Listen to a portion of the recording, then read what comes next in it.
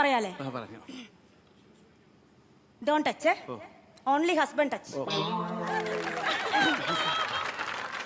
യോ പറയാ, ഈ കല്യാണം എന്ന് പറഞ്ഞു കഴിഞ്ഞാൽ കേവലം ഒരു മഞ്ഞ നൂലിൽ കോർക്കുന്ന ഒരു താലിയല്ല. അല്ല, അതിനൊരു പവിത്രതയുണ്ട്. പരസ്പരം വിശ്വാസം വേണം. ഞാൻ ആദ്യമായിട്ട് കല്യാണം കഴിച്ചത് സ്നേഹിച്ച് കഴിച്ചതാണ്. അങ്ങനെ സ്നേഹിച്ച് കല്യാണം കഴിച്ച ഒരു 2 മാസം കഴിഞ്ഞപ്പോ ആ പവിത്ര ബന്ധം അങ്ങോട്ട് പോയി. അദ്ദേഹം മദ്യപാനിയായിരുന്നു. എനിക്കത് അഡ്ജസ്റ്റ് ചെയ്യാൻ പറ്റില്ല. വിട്ടു. പിന്നെ ഇതൊരു പവിത്ര ബന്ധമാണല്ലോ എന്നോർത്ത് തുടർന്നു ഞാൻ 2ാമതൊരു കല്യാണം കഴിച്ചു.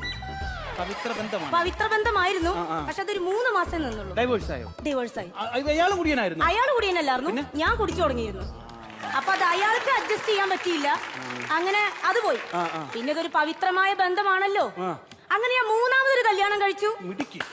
ഇപ്പൊ ഞങ്ങള് സുഖവും സന്തോഷവുമായി അടിച്ചു പൊളിച്ചു ജീവിക്കും. ഞാൻ കുടി നിർത്തിയില്ല, അദ്ദേഹം കുടി തുടങ്ങി, ഞാനും കുടി തുടങ്ങി. ഇപ്പൊ 2 പേരും നല്ല അസലായിട്ട് കുടിക്കും.